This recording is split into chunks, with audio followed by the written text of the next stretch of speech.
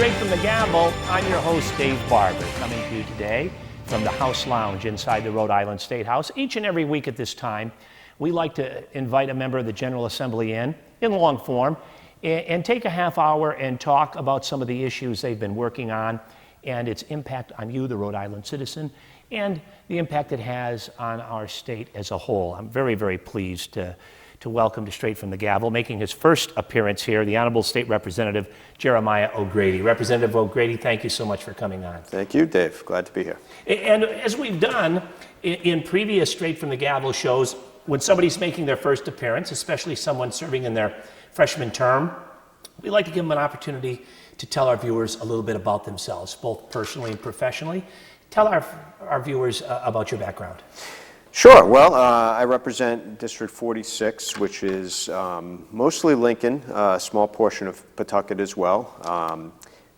Married to a Lincoln native, which is how we ended up back in Lincoln after living in Boston and living in Metro Washington, D.C. for a little while. We decided that we wanted to come back to a place with family, friends, where we could raise a family and of our own, and remain for the long term. So, we're pleased to move back to Lincoln in 2001, have two wonderful children. My daughter Anna, who's been to the House floor on a couple occasions, is 6, going on 16, and my son Declan is turning 3 on Saturday. So it's a busy time at the House. Well, and it's not your first foray into politics. You served on a local town council, correct? Correct, yep. I was fortunate enough to be elected twice to the Lincoln Town Council, and my second term I served as council president, and then stepped off the council, opted not to run for a third term. My wife was pregnant with Declan at the time, but stayed involved. I joined the Lincoln Budget Board. So the town of Lincoln has a financial town meeting, and the Budget Board serves as sort of an organization that vets the administrator's budget as well as the school committee's budget, puts it together and presents it with any modifications that they see fit to the voters at the financial town meeting for approval. So that's a hard. It's a process that requires hard work, attention to detail, but it's very rewarding as well. And you work with the Olneyville Housing Corporation, so obviously that gives you a unique perspective into the housing situation here in our state. Tell us a bill that you've co-sponsored that deals with foreclosures, which certainly is a big area of concern, not just here in Rhode Island, but across the country. Yeah, so the bill was actually sponsored by Representative Edwards as the chief sponsor, and there's a Senate companion that was sponsored by Senator Metz, and it's referred to as the Just Cause Bill. So under current law, if a bank forecloses on a multifamily property, they are not required to extend any sort of recognition of the tenant's right to stay there. They can essentially just be kicked out. And in fact, they are kicked out. And this is different from the, what would happen in a normal transfer of ownership. If you were to buy a multifamily building from someone else, and there were tenants in place in that building, the Rhode Island Landlord-Tenant Act requires you to recognize the leases of those who are in place and allow them to stay. Banks are taking an exemption to that designation, and essentially, telling people to hit the road once the building is foreclosed upon. Representative, I'm not a real estate expert, and you know far more about this than I do. But wouldn't it be in everybody's interest to keep the people paying and keep the building occupied and keep people living there? I've always heard, when people talk about residential real estate, individual homes, that it always shows better if it's got a family living in it, and the likelihood of selling it increases. Plus, in this particular case, the banks could start collecting the rents. Wouldn't it be in everybody's best interest to keep people there? I believe so.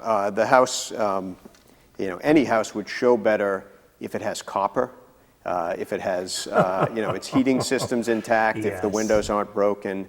if there's not mold that's grown up because the place has been abandoned. So yes, for all of those reasons, I believe it would be, wise, not just from a seller's perspective, but also from a neighborhood's perspective, to keep tenants in place.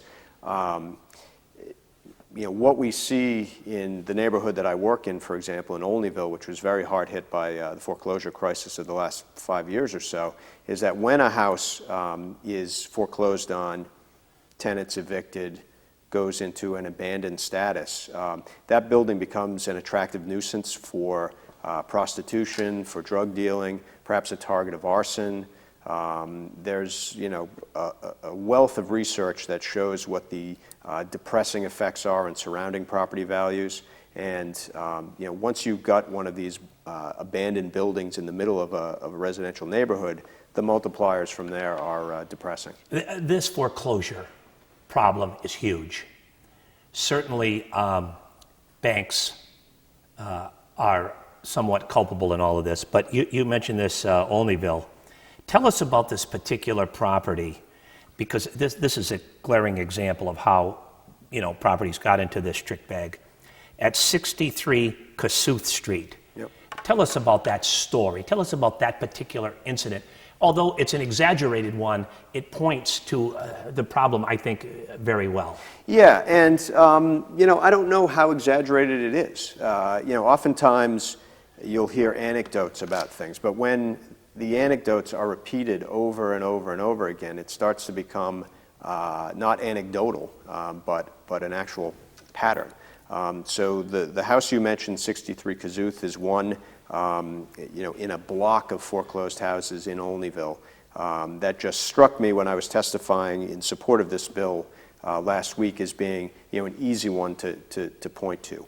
I think, Dave, you have to back up and you have to start with the premise that residential multifamily buildings are essentially commercial property. Mm-hmm. In almost all cases, in Providence anyways, or in the Olneyville neighborhood, I should say, the buildings are not being occupied by an owner-occupant with additional units for rental. That would probably make up a very small percentage. Yeah, for the most part, it is strictly a rental situation. And so these buildings have to survive on the rental income that's generated from each apartment that's within them. So if you're a bank and you are loaning on a commercial property, you are going to loan on the value of the income stream of that property. And you will assess the value of that property and its ability to carry a mortgage based on your reasonable expectations of what the rental stream will be. So we saw a total disregard of that type of underwriting in the last 10 years or so. What banks did is they discounted almost completely what's known as the income-based approach to valuation, and instead they relied on a comp approach to valuation, where they looked not at the rental stream and what sort of debt that rental stream could support, but they looked instead at the sales prices of surrounding houses. And when you're in a bubble economy, those sale prices, as we saw, I mean, in the case of 63 Kossuth Street, the sales prices increased tenfold over a 4-year period. And so what you found with 63 Kossuth is a loan for $350,000 made in 2005 for a four one-bedroom unit house. If you back into the income-based approach, or you back into a discounted cash flow approach, what you find is that you would need to expect about $1,050 a month in rental revenue from each of the four one-bedroom units. At 100% occupancy, 100% of the time. No, I adjusted. I'm being reasonable. Okay. I adjusted for a 5% vacancy bad debt loss. I got you. Okay. But essentially, you are looking for $1,000+ a month from each of these four-bedroom units just to be able to debt service a $350,000 mortgage with standard terms, so a 30-year fixed 6% term. It's totally unreasonable to expect $1,050 a month from a one-bedroom unit in a house in Olneyville in the condition that 63 Kazooth was in. It's not a surprise to anyone. So were the banks just asleep at the switch? I mean, I can't speak for the banks. I can only speak to the result. And the result was we saw loan after loan after loan, mortgage after mortgage after mortgage being originated based on assumptions, wildly escalated assumptions of what that property could produce. And, you know, Dave, I looked at it as, you know, the bigger fool scenario. So I am going to invest, take a mortgage for $350,000 on this property, knowing full well that I can never debt service this mortgage. But a bigger fool is going to come along and pay me $400,000 or $450,000. And in the case of 63 Kazooth, there were 5 or 6 flips of that nature between 2002 and 2005. But eventually, there was no one else to flip it to. And the early flips made profit. Oh, made big profit. Yeah. Made big profit. And you know, if you look at them, it really defies logic that these loans were made, given that the income stream came nowhere near, nowhere close to being able to debt service these mortgages. Well, the governor has asked the General Assembly, as part of his budget proposal, about this $25 million bond referendum that's designed to help or access affordable housing in Rhode Island. What do you think of that? And do you think it would help the situation here in the Ocean State? Yeah, and just a quick segue. One of the externalities of evicting tenants once a building is foreclosed on is that you are now putting more people into a rental market, while at the same time you're taking units that might be affordable to those people off the rental market. So, in fact, this foreclosure crisis has exacerbated the affordable housing crisis as well, and I think the numbers play that out. As far as the proposal for the $25 million bond referendum, there was, as you'll recall, back in 2006, a $50 million bond referendum that went out, approved overwhelmingly. I think it was 89% approval, approved in every city and town in the state. And that created a program called the Building Homes Rhode Island program under the Housing Resources Commission. And I don't have the numbers in front of me, but that was a very successful program. It allowed for the construction of new units, both rental and home ownership. It leveraged additional federal resources and other resources controlled by the state, and really produced a good product at a fair price. Created quite a bit of the building permit volume that we saw in the last couple of years was generated out of this program. So yes, I believe that we need to renew. We need to have another referendum. Right now, the state has no dedicated commitment to affordable housing. Every resource that's available in this state is a federal resource, so we need to have a state resource as well. Well, as we continue to talk about housing and we talk about blighted buildings that exist in our state, when I first moved to Rhode Island in 2006, I lived in a converted mill that was converted into a loft condominium situation in Pawtucket. And the developer in the corridors had some before and after pictures of what was formerly the Lebanon Mill.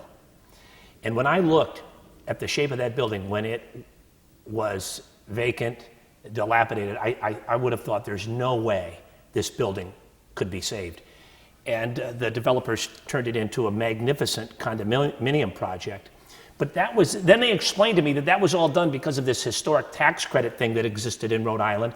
And I thought to myself, they were miracle workers, because they took this building that was, to put it mildly, a dump. It was horrible, into a very contemporary, swanky condominium development.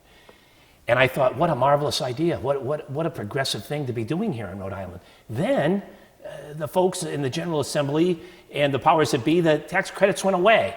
Now there's talk about maybe bringing them back. Bring our viewers up to date on this, and is it something that we need to do again? I think it is, which is why I've sponsored the House's version of the restoration of the historic tax credit program. The state of Rhode Island is rich in its architectural history. No question. So we have a great portfolio of these, magnificent mill buildings that you're referring to, but have fallen into disuse or disrepair or, blight in some of the worst cases. It's hard to say most, but many of these buildings are located in the core urban communities that, of course, are hit hardest. If you look at Woonsocket, Pawtucket, West Warwick, Providence. Boy, West Warwick did some incredible things under these historic tax credits. Yeah. As did Providence, as did Pawtucket, as did Woonsocket. We need, if we are truly going to see our way out of the municipal fiscal crisis, we need to do what we can to bolster municipal tax bases. What about the fact, though, that they said they couldn't afford it? It was too expensive. Well, we have to look at both sides of the equation. So we can look at the cost side, which is the amount of money that the state forgoes in tax revenue as the result of issuing a tax credit. But we also need to look at the flip side of that coin, which is the multiplier effects of the economic activity generated as the result of one of these large projects going forward. So there was a 2007 study commissioned by Grow Smart Rhode Island, which indicated that the multiplier effect is about, for every dollar that the state used in its historic tax credit program, there was a resulting $5.35 of additional economic activity that was generated into the state's economy. So I think we need to keep both sides of that coin in mind. And it's my understanding, too, that you have Speaker Fox in your corner on this. Is that correct? That is correct. I can't speak for the Speaker, but certainly this was a program when it was created that he was instrumental in creating. And I think there is a call from our mayors to do something to get their tax bases stabilized, and this is an obvious way to do that. Well, again, I saw it up close and personal, having lived in a piece of real estate that benefited from that program. And when I saw the results, it was so impressive to see what they did with a building that you wouldn't have, which would have been dangerous in the community, in the state that it was in when this developer took it over.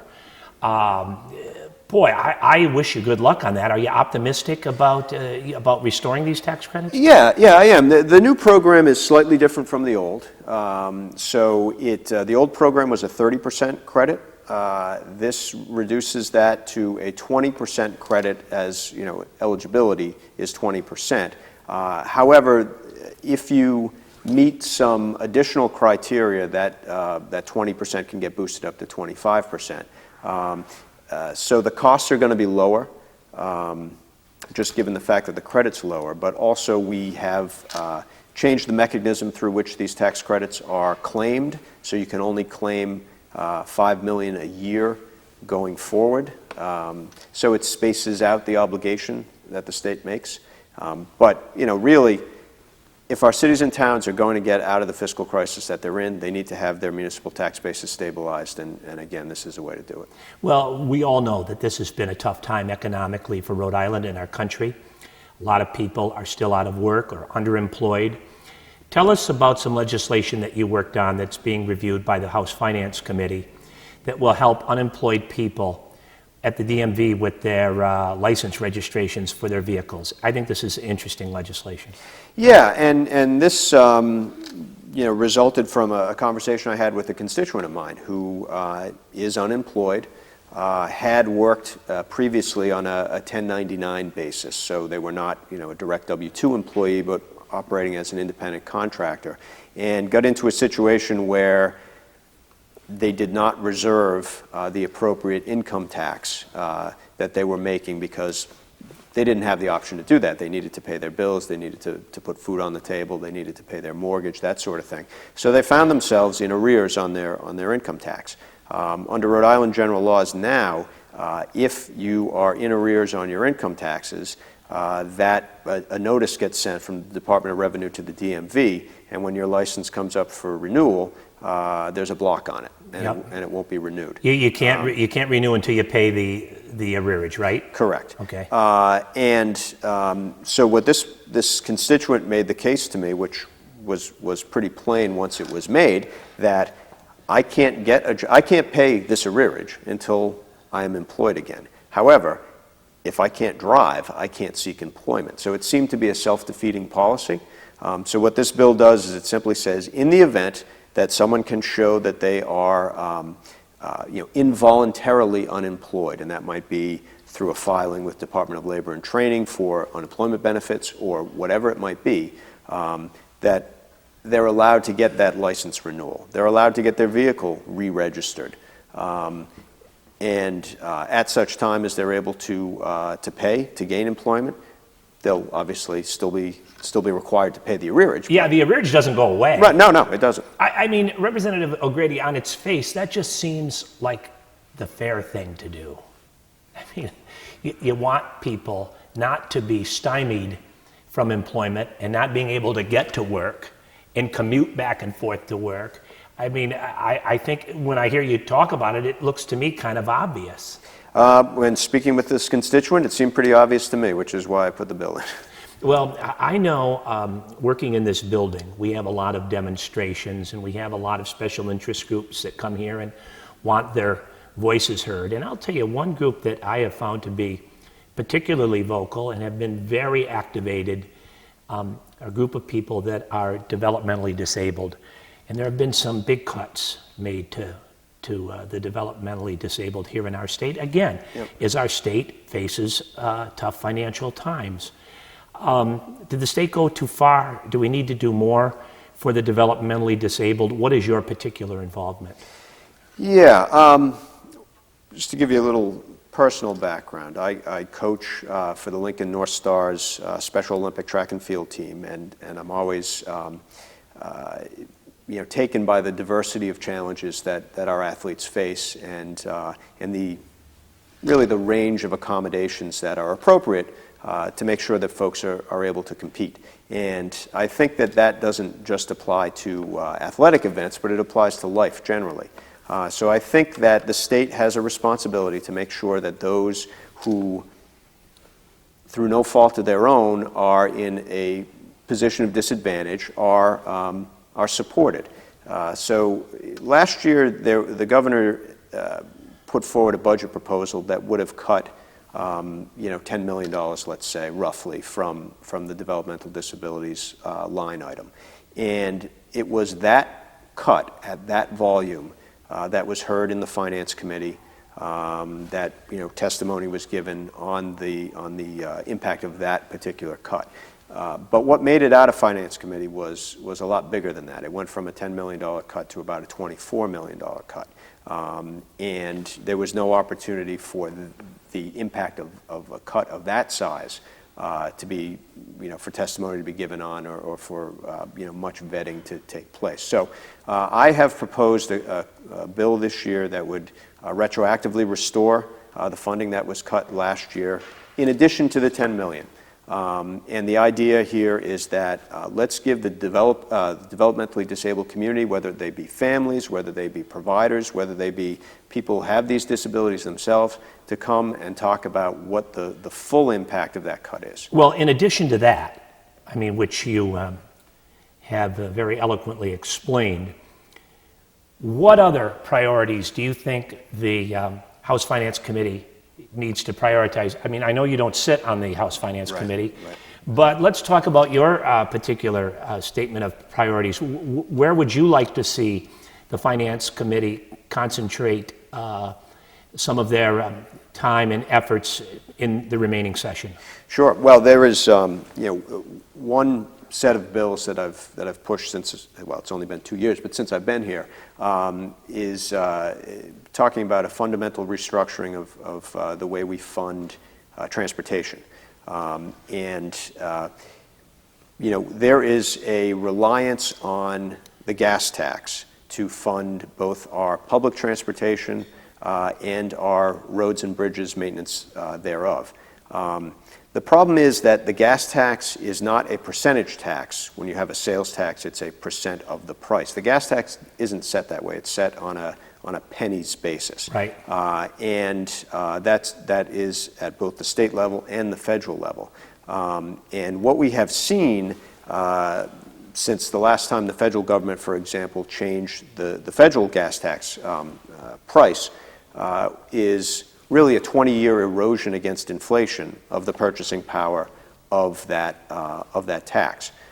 In addition to that, people are driving cars that are, getting better fuel mileage, things along this line. So we're seeing at a time when our bridges and roads are failing, and at a time when demand for public transportation is spiking, we're seeing a decrease in the yield from our gas tax. So that really needs to be changed. Well, and as gas prices continue to go up, unfortunately, pushing the $4 mark, people are driving less. Yes. So in addition to cars being more fuel efficient and consuming less, Yep.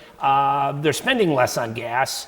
And again, public transportation is pretty important. And I know it's an area that you're very passionate about. Are we set up very well here for the future for public transportation? Well, if it makes you feel better, Dave, this is not a uniquely Rhode Island situation. I would say that virtually any other state that I've looked at has similarly funded their transportation budgets, both public transportation and their roads and bridges, through the gas tax mechanism. However, as you say, use of gas decreases when gas prices spike. Use of gas decreases as people drive more fuel-efficient cars. However, and all that leads to a decreased yield in the gas tax revenues that come in. However, we still have roads and bridges that need to be maintained. We still have routes that need to be run. And so, no, we're on diverging trends. We're on a diverging trend where expenses are going up at the same time as yields are going down. Yeah, because when you talk about mass transportation, let's just talk about buses, for example. They're paying $4 a gallon, too, for the fuel. Yeah. And that's real expensive. So, yeah, something has to be done. And don't you think a state like Rhode Island is tailor-made for really good mass transportation since we're so small? Yeah, and I think that we've taken some creative steps in that direction. So, for example, the Warwick Station district is this intermodal hub of airport and railroad and highway that I think is really the wave of the future as far as smart development goes. We've now, very successfully gotten the MBTA to start providing transportation services to the airport. So I think we are well set up, particularly in the Boston-New York corridor. But if we continue to neglect, out of necessity, maintenance of our roads and bridges, if we see the Providence viaduct suddenly weight restricted, or another Pawtucket Bridge scenario, then that's really going to set us back as far as our competitiveness goes. Representative, you've certainly been busy in your freshman term. I want to thank you so much for being our guest today, Representative Jeremiah O'Grady. You've been a most informative guest. Thank you so much for your time, sir. Thank you. I appreciate it. And of course, we couldn't do it without you. Thank you so much for tuning in. My name is Dave Barber. Remember, you heard it straight. Yeah.